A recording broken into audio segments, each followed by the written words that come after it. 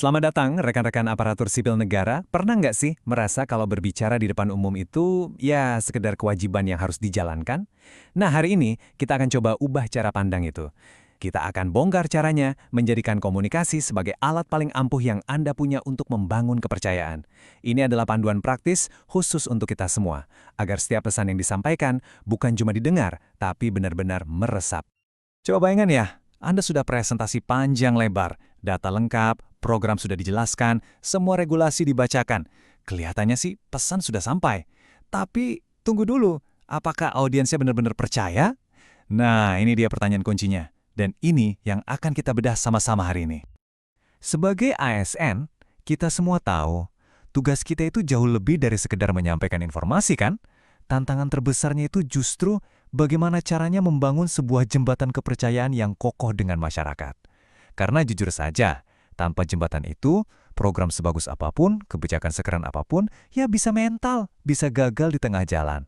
Dan satu-satunya material untuk membangun jembatan itu, ya komunikasi. Oke, pertanyaannya sekarang gimana cara bangun jembatan itu?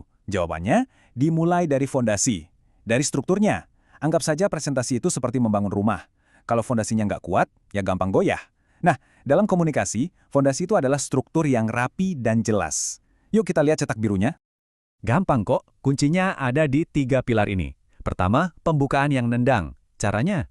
Coba deh, lempar sebuah pertanyaan yang bikin mikir atau kasih fakta yang relevan dan mengejutkan. Dijamin, perhatian audiens langsung terkunci. Kedua, isi yang kuat. Gak usah bertele-tele, cukup fokus ke 3 poin utama. Tapi, pastikan setiap poin didukung bukti atau data yang jelas dan gampang dicerna. Terakhir, penutup yang nempel di kepala. Beri ajakan bertindak yang spesifik atau tutup dengan sebuah kutipan kuat yang merangkum semua pesan Anda. 3 pilar ini fondasi wajibnya. Oke, struktur sudah beres. Tapi presentasi itu bukan cuma soal apa yang kita omongin. Justru yang sering kali lebih penting adalah bagaimana cara kita menyampaikannya. Benar, bahasa tubuh dan intonasi suara. Kadang dua hal ini jauh lebih kuat dari ribuan kata. Mereka bisa jadi teman baik yang memperkuat pesan Anda atau malah jadi musuh dalam selimut yang merusaknya dari dalam. Coba kita lihat bedanya. Kelihatan banget kan? Di satu sisi ada bahasa tubuh yang lemah, menunduk, bahu turun, tangan nggak bisa diem. Ini semua tuh secara tidak sadar seakan berteriak, saya nggak yakin sama omongan saya sendiri. Nah sekarang bandingkan dengan yang kuat. Kontak mata langsung ke audiens, postur tegap, gestur tangan yang mantap dan bertujuan. Belum ngomong apa-apa saja, auranya udah beda. Aura percaya diri dan kompeten. Suara Anda itu anggap saja seperti alat musik. Sayang banget kan kalau dimainkan dengan nada yang datar dan monoton terus, audiens bisa bosen. Coba deh, mainkan nadanya, naik turun sedikit untuk menjaga mereka tetap terlibat. Lalu, manfaatkan kekuatan jeda. Diam, sebentar, sebelum Anda menyampaikan poin paling krusial. Efeknya luar biasa untuk penekanan. Suara yang jelas dan tempo yang terkontrol itu menunjukkan kalau Anda menguasai materi. Anda ahlinya. Nah, sekarang kita masuk ke bagian yang sering bikin deg-degan. Bagian yang paling menantang. Beradaptasi dengan audiens yang berbeda, dan tentu saja menangani pertanyaan sulit. Disinilah kemampuan komunikasi kita benar-benar diuji. Coba bayangkan posisinya. Anda sedang di sebuah forum publik, tiba-tiba ada yang berdiri dan melontarkan pertanyaan tajam seperti ini. Celep, naluri pertama kita pasti ingin langsung defensif kan? Ingin langsung membela diri? Tapi, tahan dulu. Ada cara yang jauh lebih cerdas dan elegan untuk meresponsnya. Kuncinya gampang diingat, namanya teknik AJS. Akui, jembatani, simpulkan. Pertama, akui keprihatinan mereka. Tunjukkan empati. Bilang saja, saya memahami sekali kekhawatiran Bapak atau Ibu mengenai hal ini. Ini langsung menurunkan tensi. Kedua, jembatani. Sambungkan kekhawatiran mereka ke pesan utama Anda. Contohnya, justru karena itulah penguatan koordinasi menjadi prioritas kami saat ini. Terakhir, simpulkan dengan solusi atau langkah berikutnya.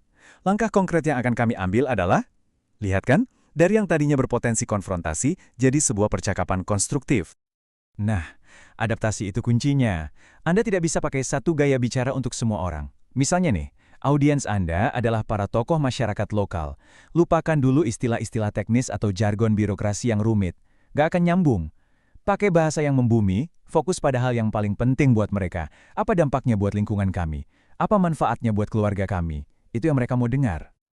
Sekarang kita ganti total skenarionya. Besoknya Anda harus presentasi di depan Komisi DPR. Wah, kalau di sini Anda masih pakai bahasa sederhana tadi, bisa-bisa Anda dianggap tidak kompeten. Di forum ini, senjata Anda adalah data yang valid, rujukan pada pasal-pasal regulasi, dan analisis dampak kebijakan secara nasional.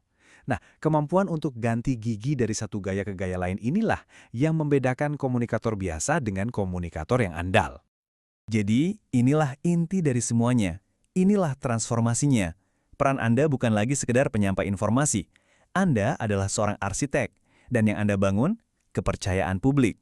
Anda adalah seorang komunikator yang mampu menerjemahkan bahasa kebijakan yang kompleks menjadi aksi nyata yang bisa dirasakan langsung oleh masyarakat. Mari kita tegaskan sekali lagi. Semua yang kita bahas hari ini bukanlah sekedar soft skill tambahan atau pemanis.